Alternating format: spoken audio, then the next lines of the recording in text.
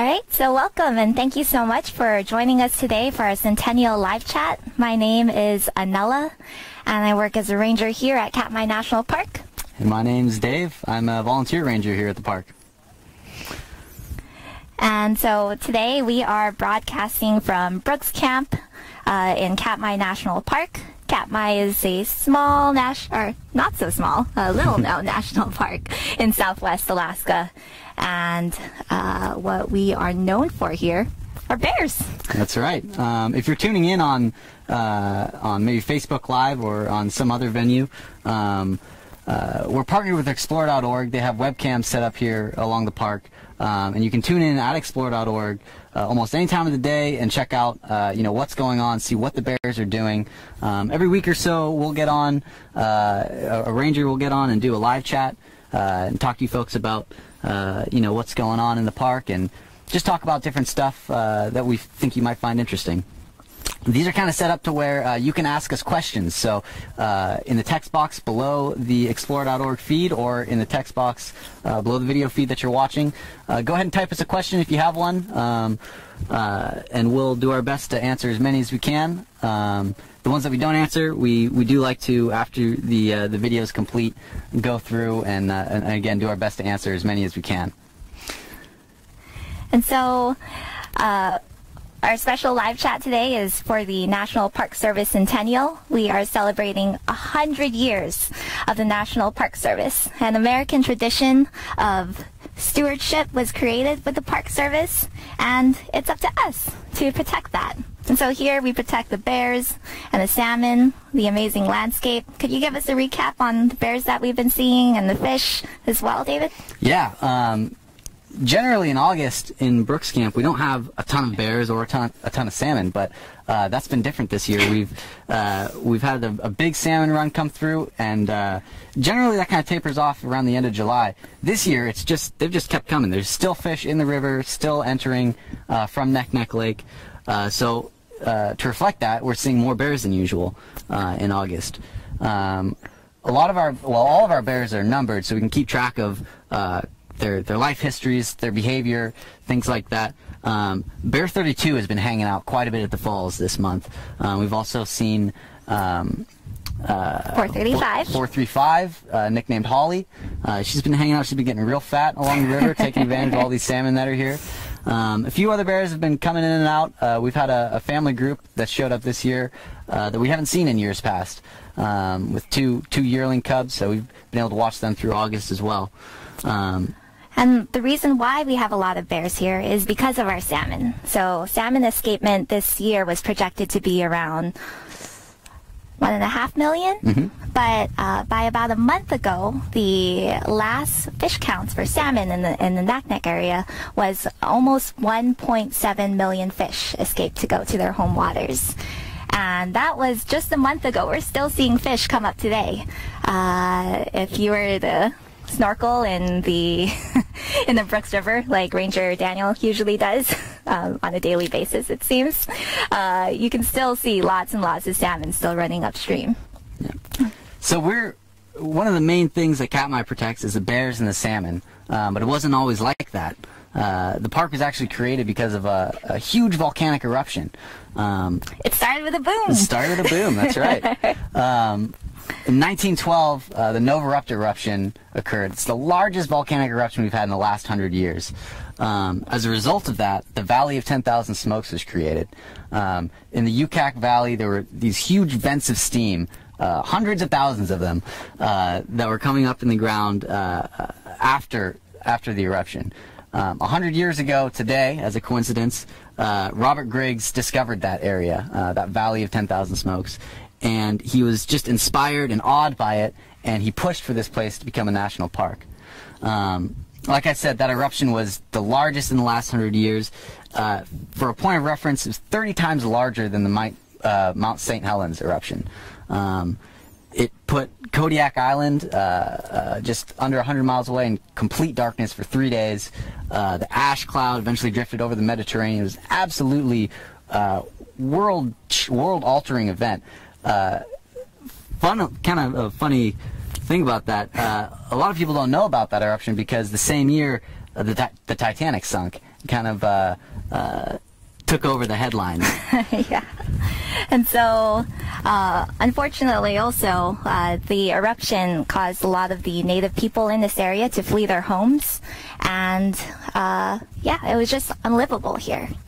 And it was Griggs who explored into the Valley of 10,000 Smokes in 1916. He found the area just steaming, and he pushed to create this national park based on that, not on our bears and our salmon. Yeah. Actually, the eruption took out a lot of the bears, a lot of the salmon. The salmon didn't come back for 5 years.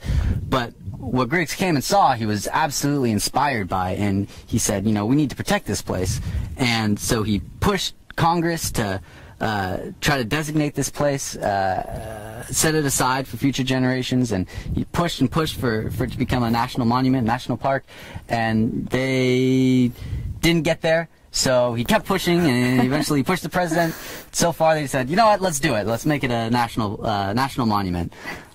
So for 100 years later, now we've got this place protected. We were protecting things we didn't even know were there at the time. You know, now we have some of the highest concentrations of bears and salmon in the world, and that all would not have happened without the passion and inspiration that Griggs saw, that he found when he saw the valley.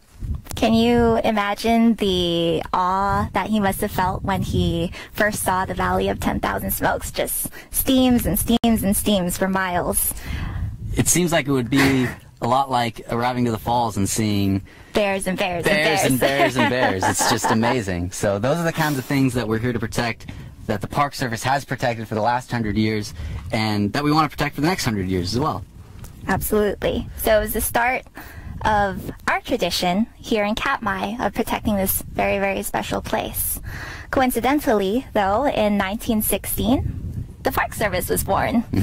So it was the beginning of a tradition for our country to protect all of these special places together under one jurisdiction, which was the Department of the Interior.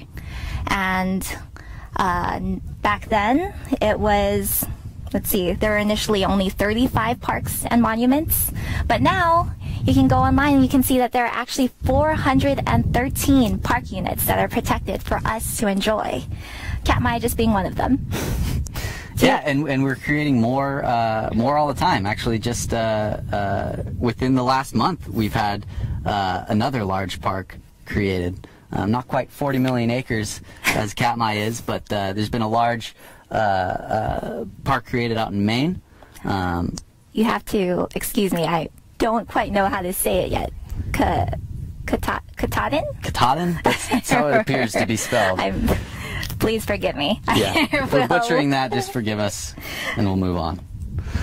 But, you know, Katmai didn't actually become a national park until 1980. We were a national monument for majority of the time. Yeah, you know, initially protected for its volcanic history, but there's so much more that we see today. So, let's see. Today we're celebrating the park's birthday, or the National Park Service's birthday. David, do you have any special traditions for your birthday? Yeah, I do. I like to eat an entire cake, all myself. And then if I can go on a hike after that, I also like to go on a hike. Hike off the cake. Cake and hike. So that's my tradition. But we want to know what your traditions are for your birthdays. We're going to be getting out in the park for the park's birthday. We're going to explore this place as much as we can, and we want you to explore your parks as well to celebrate. So we want to know, you know, what are your traditions? So you just cue those in the comments, and hopefully we'll have time to read a couple of those off and share some of those stories. And of course, at the end of the chat, we always go through, and we love seeing what other people are doing to celebrate as well. You didn't ask what my favorite tradition was. Okay, what's your favorite tradition? One, it involves a lot of cake. Unfortunately, we can't have cake outside because this is Brooks Camp, and no food is allowed outside of hard-sided buildings. But we will have some cake later. But also, I like to celebrate my birthday with a fishing trip of some sort.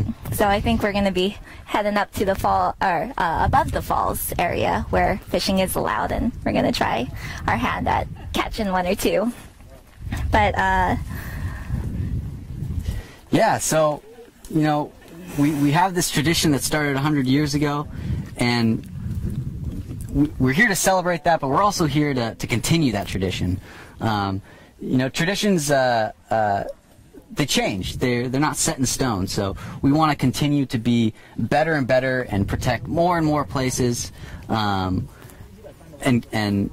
continue the spirit of conservation in the next 100 years. yeah, and how better to protect, you know, that tradition than to practice it every single year, or as much as we can, to be honest. The tradition continues with us. If we are to see the National Park Service grow, not just for the past 100 years, but for the next 100 years, we are a part of that. And so by continuing to visit our national parks, by continuing to learn about our national parks, that's one way to keep the National Park Services going on forever. Yeah, so visiting your national parks, that's one way to celebrate, one way to conserve and continue this tradition. But there's other ways too. You can get really involved. You can volunteer for your park. Parks are always looking for volunteers to step in and help out in lots of different ways. We also really want to get as many young people in the parks as we can, because for the next 100 years, those are the people that are going to be around. So we want to spread the word and you know, bring your kids to the parks, bring your grandkids to the parks, because those are the people that are going to be taking care of these places for the next 100 years. So speaking of bringing kids to the park, there is a there is Every Kid in the Park, which allows every single 4th grader in America access to a national park for the next year. So if you're in 3rd grade right now, starting September 1st, you can get your National Parks Pass. You just go online on everykidinthepark.gov, and you can print out your voucher, and that allows you and your family to get out and see your parks, learn about your parks. These parks are yours, and we want kids, you know, starting at a really young age, to get a love for their national parks. Whether that is watching the bear cam or going out on a hike in a special park that's local to you, we want to see you there. We love our junior rangers, so make it out. So bring them in the stroller, bring them in the baby backpack, keep them on a leash if you need to, do whatever you got to do. We want the kids in the parks. There's also some fee-free days, correct? Yep, absolutely. So we got a plane coming in. We're gonna. That one's probably okay. Okay, that one's okay? Sometimes they get really, really loud, and we think that maybe you can't hear us. So August 25th through 28th, these are designated fee-free days. So you can go to your local national park and visit for free. Thankfully here at Brooks Camp, we don't have a fee. You just come out here. But if you have a local park in your area that does charge a day use fee, you are free to walk on in, drive on in this week in celebration of our centennial. Awesome. So, you know, in addition to, you know, we want to keep that tradition alive, we want to keep conserving places. So in addition to, on like a personal level, being in the parks and celebrating that way, because these parks wouldn't be here if we didn't use them. You know, if our visitor attendance is dropped off to very minimal numbers, people would come along and say, well, nobody's using them, so we don't need to protect them anymore.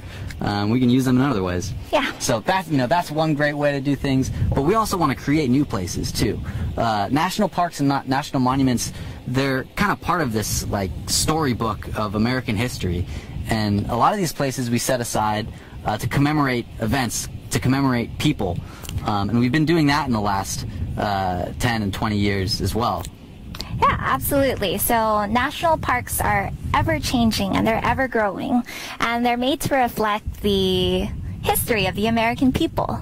The thing is that the American people, it's broader, and it encompasses so much more than what it was 100 years ago.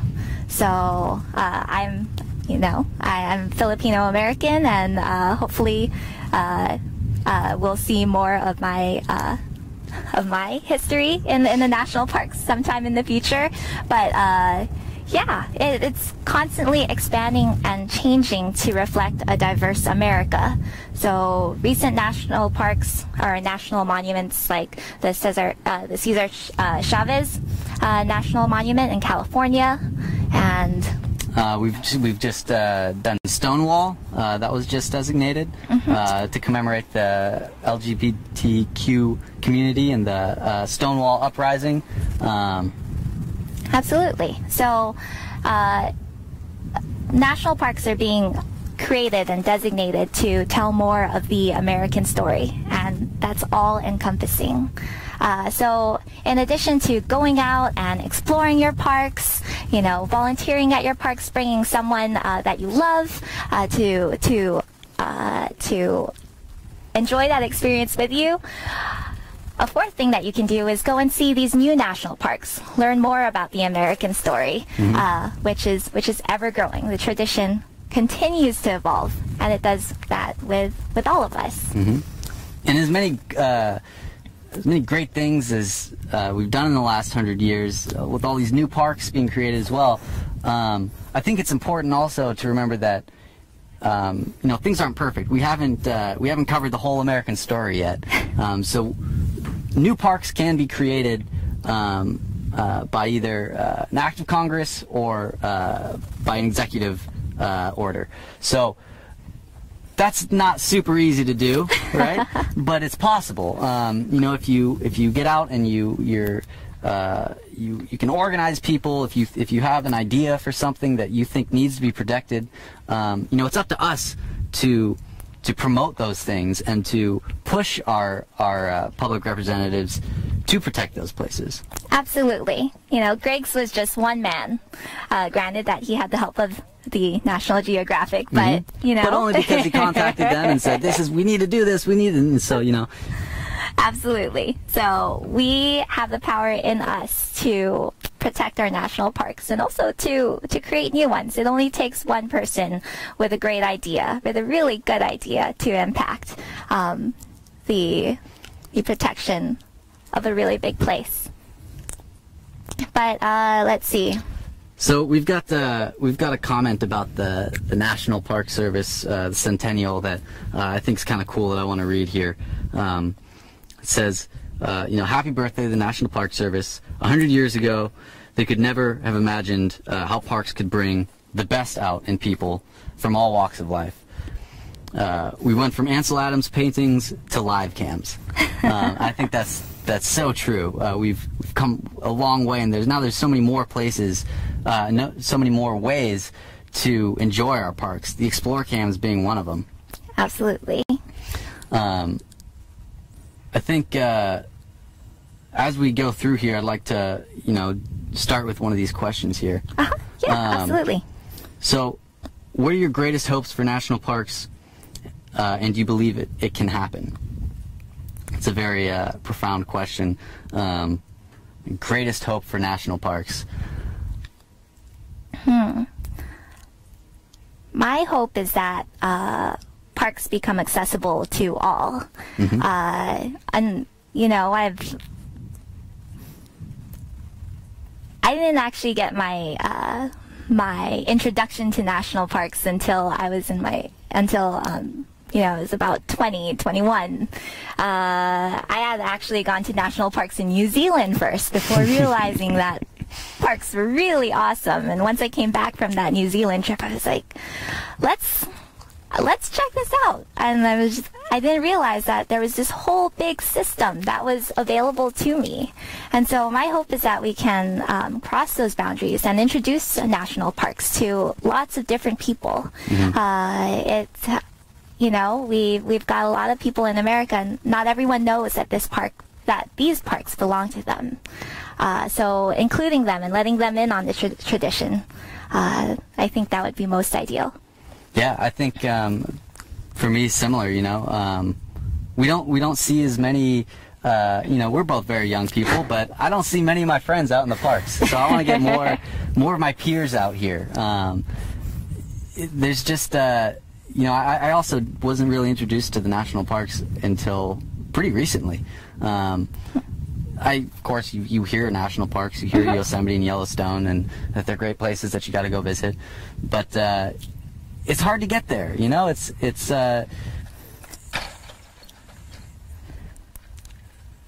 some effort. Yeah, yeah, and you know, I hope that more people can make the journey to those places and see them for themselves, because I know that they'll care about them and want to protect them for the future as well. Absolutely, definitely. So yes, we celebrate birthdays of family members every year. So I think we should celebrate the Park Service's birthday every year too. Absolutely. That means I get 2 cakes per year, one for my birthday and a bigger one for the Park Service, because it's a bigger deal than my birthday. Absolutely. So I have a question for our CAM viewers, or our viewers online right now. How are you going to celebrate the national parks today and, you know, this weekend, or even for the rest of our centennial year? What is it exactly that you are going to do to honor this tradition of protecting special places like Katmai? So if you guys have any answers to that, please put those into the comments. I want to know about what your great adventure is going to be in this upcoming week or even year. I've got another question here. Do Rangers this year get any sort of commemorative pin at the Centennial? Oh, there you go. So we've got a little 2016 Centennial pin. You can also get a Centennial badge, but unfortunately I did not get my order in time. So we've got those Centennial pins that you might see a ranger wear in any national park. At Katmai, we also have our Centennial bear orientation pin. Absolutely. So if you come to the park this year, you'll get an extra big pin with a big 100 on it to show that you've been through bear school. In our centennial year. In our centennial year. That's right. So, another question here.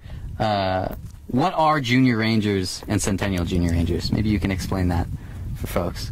Yeah, so the Junior Ranger program you can find at all national parks. So junior rangers of all ages, I think it's from 1 to 99 or even more, can pick up a Junior Ranger booklet, and you complete the activities in the booklet which help you learn and explore the park, and you'll bring it to the ranger at the ranger station. They'll check it out, make sure that you learned quite a bit, and you are issued, or you're sweared in as a junior ranger. So I am a junior ranger at Grand Canyon National Park and Point Reyes National Seashore. I have not finished my Katmai one. It's too hard. Oh, I finished that one already. That's the only junior ranger I am so far. And there was a note about being a Centennial Junior Ranger. We have a special Centennial Junior Ranger book, which gives you a special Centennial Junior Ranger pin. It's a little different, where there's some information about the National Park Service's birthday in there. That's a great tradition to do with your kids. If you go to any national park, you can pick up the booklet and be sworn in. I think that there are some junior rangers out there who almost have up to 400 pins. I saw a kid come in here who had a full vest of just, had hundreds of pins. It was very impressive. He had done his homework. It's something that I wish that I could have started as a kid. Yeah. But once again, junior rangers come in all ages. I know lots lots of junior rangers that are my age and even older, and they go around collecting all of the pins. So it's not too late. It's kind of like the original version of Pokemon Go. With cooler prizes. But so the Katmai Junior Ranger program is pretty challenging, but the parks have, you know, challenges that we face as well. You know, our tradition of conservation is ever evolving, and so are our problems. So we're always striving to overcome something new, it seems. So we want to know from the audience, what do you think, what kind of problems do you think we'll have in the next 100 years that we will be challenged to overcome? And how do you think we can overcome some of those things? You know, one of the number one things that always kind of pops into my mind is global warming, climate change. How are we going to overcome that? It's not park specific. It's not something that we can get together in Katmai and say, all right, we defeated climate change in Katmai. It's a worldwide thing that we all need to work together to do. We need to use less. We need to be smarter about our energy. We need to drive less, eat better. It's a whole lifestyle change that we all need to work together so that we can save the parks both from the inside and from the outside. Absolutely. There are a lot of new challenges that we can't even think of that can happen in the next 100 years. So it's up to us to persevere and to band together to be able to face those challenges. So, you know, it's all up to us. Not just me and David, but everyone. So I'm going to start moving through questions a little more. We've got a bear question here. Okay. How long does it take the bears to dig their den, and do 2.5-year-olds still den with mom? It takes bears, you know, just a couple days to dig their dens. They're really strong. If you see that hump on the back of a brown bear, that's not a bone. That's pure muscle. And they use that to dig things up like ground squirrels or dig their den. So it takes really a short amount of time for them to dig their den. 2.5-year-olds will sometimes den with mom. The sow will keep their cub with them and nurse them for 2.5 to 3.5 years, sometimes 4.5. That's fairly rare. So on that 2.5 year, you know, depending on the bear, they will stay with their mother one more year. So if she has a 2.5-year-old, that means she has to make a bigger den. Bigger den, that's right. A bigger den for every year that the cub is with her, exactly. For sure. Yeah. So bear 435, Holly, she emancipated her cubs this year. She'll have to make a smaller den. That's right. Well, she's pretty big now, though. So I don't know if the size offsets. If you're not super familiar with Katmai and with the bears here, some really good resources to learn about what's going on here. Number one, the Explore Cam, just watching the bears. You can start to see their different personalities show through and their different behaviors, and you can start to tell them apart from one another based on, you know, physical attributes and ways that they behave. You can also get some help with that with the Bear ID book. It's a free download that we create. We update it each year, and it's kind of a guide for the bears here. You've got little pictures and descriptions, and they tell you all about the bears' lives. Really good way to read up on and get to know the bears that are here. Absolutely. And also is to another way to better learn the bears and to identify them is to join our Explorer community.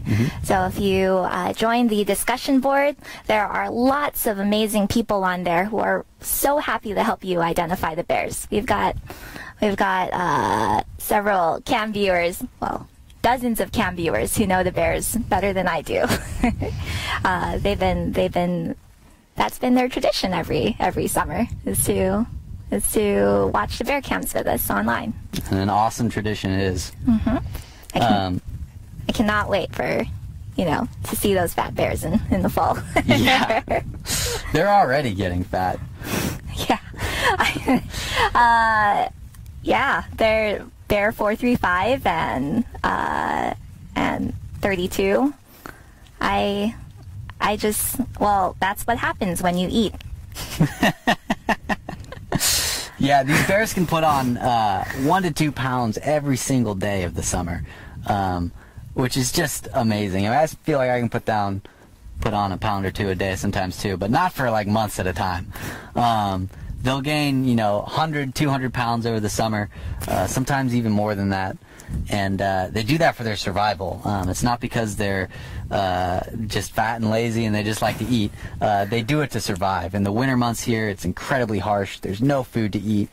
And the way they've adapted is to get all that food when the eating's good, and then take a big long nap when the eating's not so good. Kind of like Thanksgiving.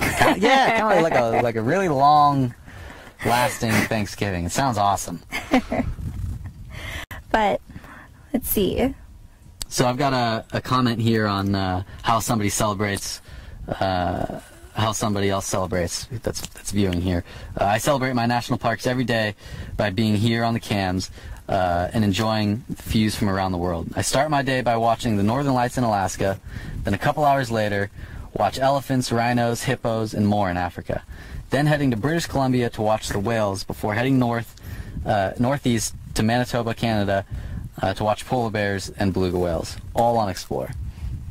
It's a great reminder that even though the bears are my favorite animal to watch, and they always will be, I love the bears here. There's so many other cool places that Explore lets people see and lets people, get to know.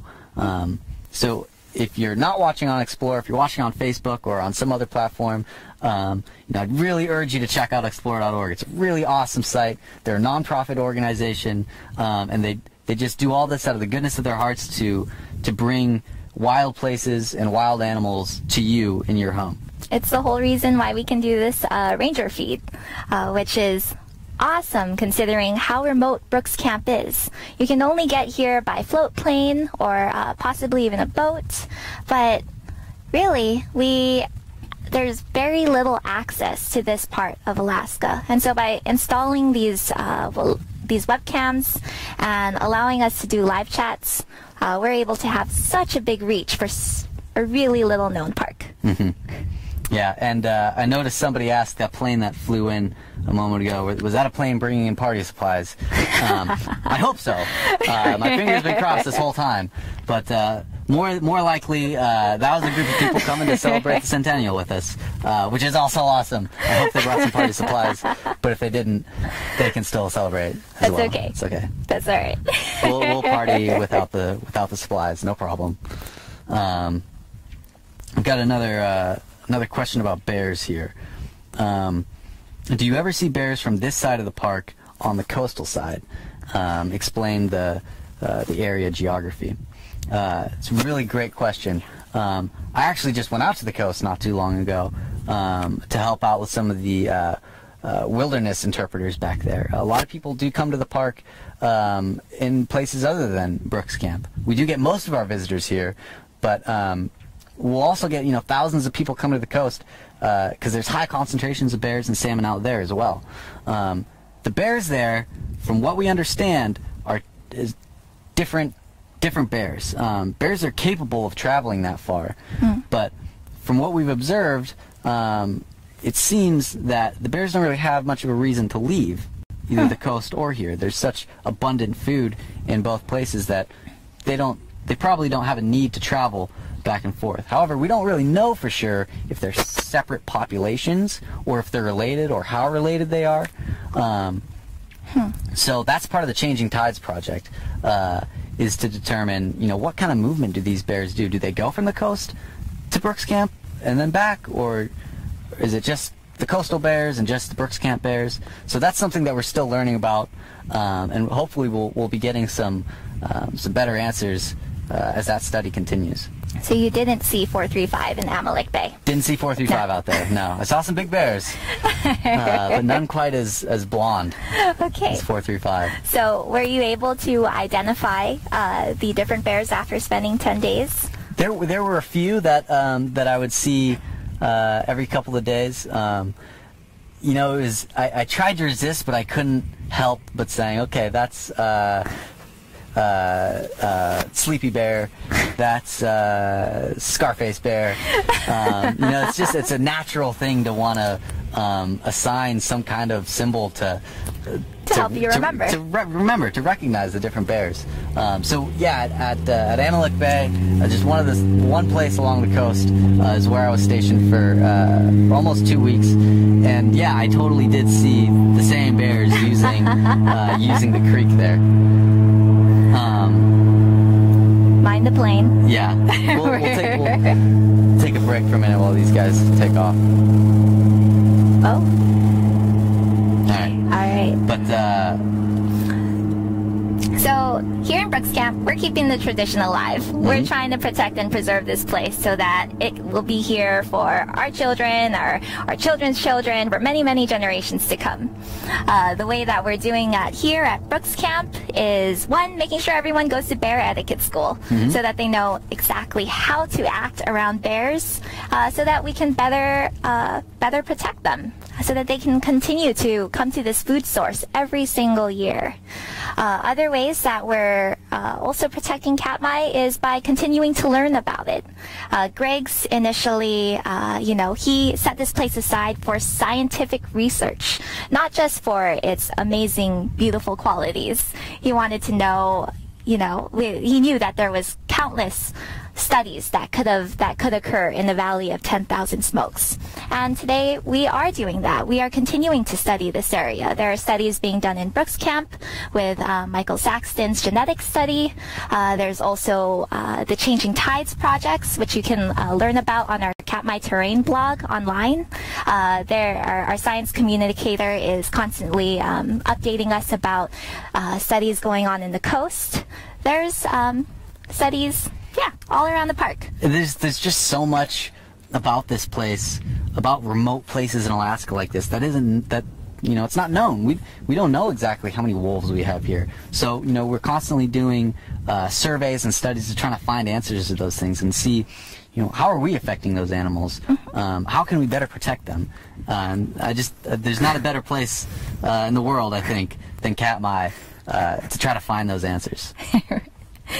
You're a little biased. I'm a little biased. Yes, I am. But it's an awesome place. It is a great spot. But we continue to protect this place. So we have this tradition of protecting Katmai. And so there's a lot of things that the park does, but there's a lot of things that you guys do as well. So thank you. And we've got another comment on challenges facing the National Park Service. It says, I think the biggest challenge facing our parks is funding and climate change. I think that's probably pretty accurate. Those are two very difficult challenges that we're going to have to overcome. But there's ways that everybody can help on those things. Becoming a steward. So joining in your national parks, becoming a volunteer. There's a website called volunteer.gov, and you can see all of the opportunities to help in the national parks. I think, don't quote me on this, but I think the value of volunteer is about $20 per hour.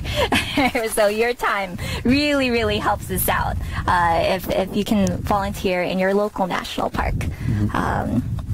And as a bonus to that, you get to spend all this time in one of your favorite places. So what could be better? That's part of what I'm doing. I'm a volunteer ranger, so I want to protect places. I want to do my part to help the environment and help these beautiful places. But I also just love Katmai, and so I love being here. It's a lot of fun. I would highly recommend it to anybody. And that's in every national park. Whatever's near and dear to you, I hope that you can spend as much time there as you can, and one of the greatest ways to do that is to volunteer. Absolutely. And it's one of the ways that you can help us face our challenges on funding. But let's see. Someone asked the question: does every state have a national park? Ooh, that's tough. I'm gonna ask the intern that hard question. I think so. Yeah? We've got national parks everywhere. Yeah. I think somebody should verify that via the internet, maybe.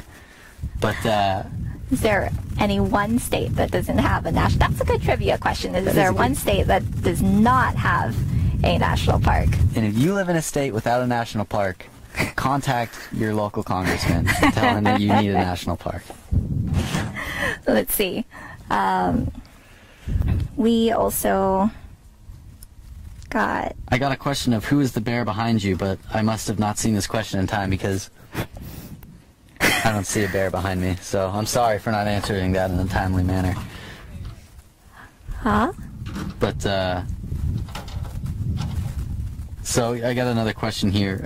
Is there any way of knowing how difficult it is for emancipated cubs to dig their first den? P.S. Happy birthday, National Park Service. Thank you. Well, you have a smaller shoulder hump, so I imagine it takes them a longer time to do so. Right. So, yeah, so a 2.5, 3.5-year-old cub, they're still pretty big. If you think about how much damage your dog can do in about an hour, they're about the size of a really big dog. Probably a little bigger than any dogs that I've seen. So, you know, I would think, you know, yeah, sure, it probably takes a little more time. But you know, I'm not wildly concerned that that they're not going to be able to dig their den necessarily. I think that I'm pretty confident that even the small subadult bears, they're going to dig a den up, no problem. And also the soil here, under the tundra, it can be really soft. Some areas in Alaska have permafrost, which would make it much harder. In this area on the peninsula, it's not necessarily uniformly permafrost. There's patches of permafrost in areas, but in a lot of areas it's soft enough to where digging down through the tundra, through the soil, the ash, is fairly easy. Also smaller den. Smaller bear, smaller den. Yeah. Let's see. And here's another one. Does one particular animal symbolize the national parks to you? You can't say bear. Oh, you can't say bear. I was going to say bear. Don't. Okay, the wolf. I think the wolf is a good symbol for the national parks. As much as I love bears, the wolf is, you know, it's a great story of challenge and conservation. You know, we used to have lots of wolves. They used to be, you know, one of the most widespread mammals in North America. Now they inhabit about 5 to 10% of their historical range. However, you know, people have been working really hard, especially in the last 10 years or so, to try to bring wolves back. They've been reintroduced to Yellowstone. They've been reintroduced to some areas in Idaho. We're trying, and we're changing our view of wolves. I think for a long time people were very afraid of wolves. They've been referred to as vermin or as you know, a harmful creature because, you know, sometimes they can prey on farm animals, on sheep or cows or other domesticated animals. But we're starting to realize that, you know, they're a valuable part of the ecosystem, and they deserve to be here just as much as we do. Absolutely. So wolves is my answer. I've got another W animal. Okay. I would say the whale. Oh, the whale. So Why I think, the whale? Well, one, they're very persistent and they're long-lived, and I really love whales. You can't just because you love whales. But their endurance and, you know, it's kind of like the National Park Service idea. Here to stay. And they're everywhere. Not in the inland states. Okay, but, you know, they're everywhere in the ocean. But, let's see. Okay, here we go. We've got an answer. 27 states have national parks, as do the territories of American Samoa and the United States Virgin Islands. California has the most, 9, followed by Alaska, 8, Utah, 5, Colorado, 4. Delaware does not have any National Park Service unit, so that would include a national park monument. So we were wrong. Not every single state. I take it back. So, if you're viewing from Delaware, lobby your congressman. We needed a national park or a national monument in Delaware. So, let's see. We've got another bear question. How often do bears have 4 cubs? So it happens. It does happen. I don't have necessarily like a solid, like, 1 out of every 20 bear litters are 4 cubs. We haven't seen any this year. Right? Four spring cubs? No. The most was 3. Right.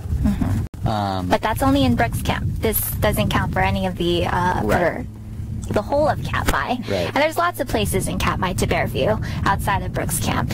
They're just a little more difficult to get access to. But there have been a history of sows with 4 cubs. I don't remember her number quite right now, but I do remember her nickname, which is Milkshake. Yeah, that's what I was thinking of too. Milkshake also had 4 cubs. I think she had 2 litters of 4 cubs. Wow. Okay. Somebody might have to correct me on that. But I think she had 2 litters of 4 cubs, which is amazing.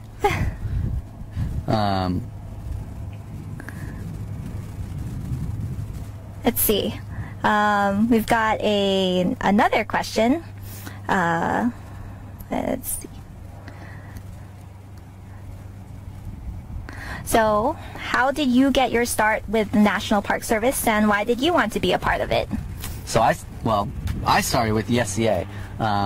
That's the internship I'm with now, the Student Conservation Association. They place students and recent graduates all over the country in places like national parks, national forests, wilderness areas, and the goal is to conserve. We want to put they want to put young people in areas and give them opportunities to start careers in places like the Park Service. So that's how I started. Maybe why I started is probably a good answer as well. I just love being outside. Yep. I love our national parks. I love our wilderness areas, and I want other people to love them too. So that's why I chose this position. So I can reach as many people as possible and convince as many people as possible that they should be hanging out in their national parks. So why did you start with the National Park Service? So earlier I had a story about going to New Zealand for a study abroad program. I was not an outdoorsy person at all during that time, to be honest. I went on my first backpacking trip and really got my first experiences with nature then. And when I came back from New Zealand, I decided, hey, I really love being outside. I love the national park system, that they had in New Zealand. So I was like, well, what can I do out of college, I started off as an intern in Santa Monica Mountains National Recreation Area down near LA, and that was my foot in the door. I actually was a botany intern. I counted grass and removed weeds from the national park. But after that, I was sold. I knew that I wanted to spend almost every single day of my life outside, and one way to do that was with the National Park Service. So the rest is history from there. It just takes, I can't stress the importance of bringing someone that you love or someone that you know to a national park and introducing that to them, because you never know, what you might inspire them to do, and they might become National Park Service rangers. They might create the next national parks.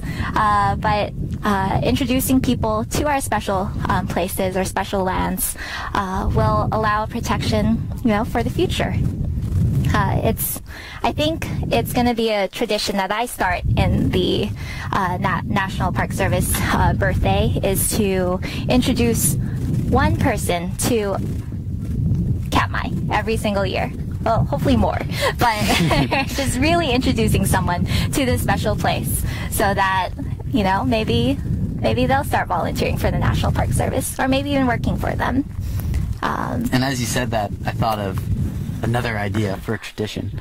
Every year on the centennial, or on the birthday of the National Park Service, we should make a tradition to bring somebody somewhere that they've never been, you know, to a new national park that they've never been to, and show them a new place. I think that'd be pretty awesome.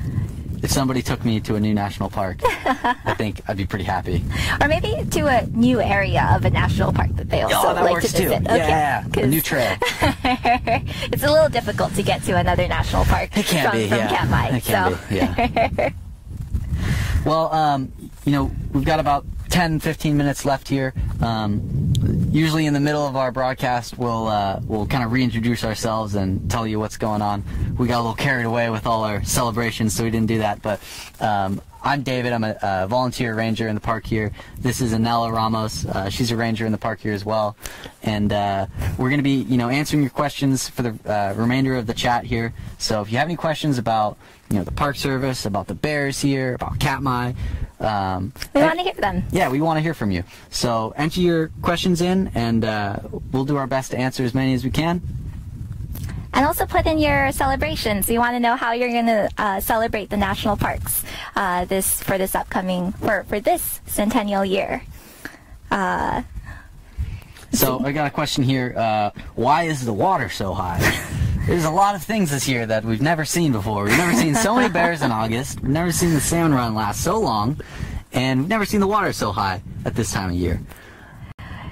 Yeah, well, it's all a first for me, so this is kind of the norm. I'm going to be disappointed when I don't see bears in August next year. Right. But the water level being so high is due to snowmelt and increased rainfall. We've had a lot of rain this summer, and there was also talk of lots and lots of snowmelt up in the mountains, and so it's been pretty high. So we had a really mild winter this past winter. So, you know, in places like King Salmon and Neck, it maybe didn't snow quite as much as normal. But out in the mountains here, it snowed like normal because it's a higher elevation. It gets colder. So the snow was the same, but then things got warm really fast. We had an early spring, and so the snow melted at a much quicker pace. And more of it has melted because it's been so hot. So that's created what we think that has created such high water levels. If you're new to the cams and you're just tuning in this year and you see, you know, like over across from the bridge, you see the closed trail, we call it, is gone. That doesn't usually happen. There's usually an actual trail there that people can walk on, the bears can walk on. So a lot of things this year have been a little bit different. So we hope you can tune in next year and we'll have maybe a more normal year. Maybe. Or maybe we'll see even more bears next August. That'd be cool too. It's all a seasonal or a fluctuation. It all flexes each single year. Right. But so another question here. How do you recognize which bear is which? How do you do it? Okay, so there are many different characteristics that you can see on a bear. One is size, two, the presence of genitalia, three, color, and ear shape, all different things. All of these different physical characteristics which help you identify a bear. I talked about 435 quite a bit. Holly, I really like her because she's very, very noticeable by her light colored fur. But certain bears, like our two most dominant bears on the river, 747 and 856, I tell them apart by ear shape. You can see, you know, one has more peg-like ears, and then 856 has more bunny-like ears, which go back. But you can find all of these different characteristics outlined on our Bears of Brooks River ebook, which you can get online on our Park Service website. For free. So, yeah, like you said, ear shape, color, size. One of the main things to think about when you're trying to determine what bear is that is to avoid using one characteristic. Earlier this season, when all the rangers got here and visitors started showing up and the cams went on, we were seeing, oh, okay, that's that bear and that's that bear, and we got a little carried away and we were like, okay, that's that bear, and we thought it was that bear. We thought thought 747 was 32, and so we were calling it 32 for like 2 weeks, and then somebody was like, hey, by the way, you're wrong, that's not 32. And so, you know, we were trying to use this one physical characteristic, the shedding pattern on his butt, and so you want to use as many characteristics as you can. You know, look at its ear shape, look at its facial features, its color, its shed pattern, and its behavior too. Sometimes you can help tell bears apart by what they're doing. Some bears like to lick their lips at the falls. Some bears are more dominant than others. Some will totally avoid the falls altogether. And also, you know, join the community. The best way is to ask. I'm constantly asking David and all the other rangers, like, I think that bear is this bear because of these reasons, and they'll be like, no. Usually it's yes, you're right. That is that bear. Yeah, one of the coolest things to see on the chat, on the Bear Cam chat, is just how much of a community there is there. People are so awesome. On the discuss page there, always answering people's questions, always giving people links to more information, making videos, making infographics. It's so cool to see the work and dedication that people put in to wanting to share that experience with people who are new or people who are learning about the bears here. Absolutely. It's my fun thing too, to watch. Yeah. But, okay, so just a little recap. Today, we're celebrating the Park Service Centennial. It's 100 years of the National Park Service, of this great idea that these special places should be protected and preserved for many, many years to come, unimpaired for many, many years to come. So, not only can we enjoy it, but, you know, 50 years from now, and hopefully even 100 years from now, we hope to just go by the centennial and protect it for another 100 years. 200. 300. As many years as we're around, we should have the parks. Absolutely. And so, you know, we have to thank Griggs, for one, coming to Katmai and exploring the Valley of 10,000 Smokes so that it would be protected and preserved today. He created this tradition of loving this special place. And here we are now in Katmai National Park. And this place belongs to you guys, to all of us. And the only way that we can protect this place is by continuing to love and cherish it. It doesn't matter who you are, where you're from, you know, who you love, or what you practice, or the religions that you believe in. This place belongs to you. And there are many ways that you can celebrate this place. We talked about going to your national park, and enjoying it in these fee-free days and throughout the year, celebrating the Park Service birthday every single year as well, volunteering at national parks. You can make a tradition out of that, or bringing your friends and family to see national parks as well. Yeah, and tuning into the Bear Cams, where we are. Find your park with the Bear Cam, yeah. But the tradition belongs to you, and you can make it what you want. Yeah. So we hope you celebrate with us today, celebrate the achievements that we've all made together, that the American people have made in the last 100 years. But we also hope that, we don't say, okay, we did it, 100 years, we're done, we don't need to take care of things anymore. We want to keep this going, want to make things even better in the next 100 years. Absolutely.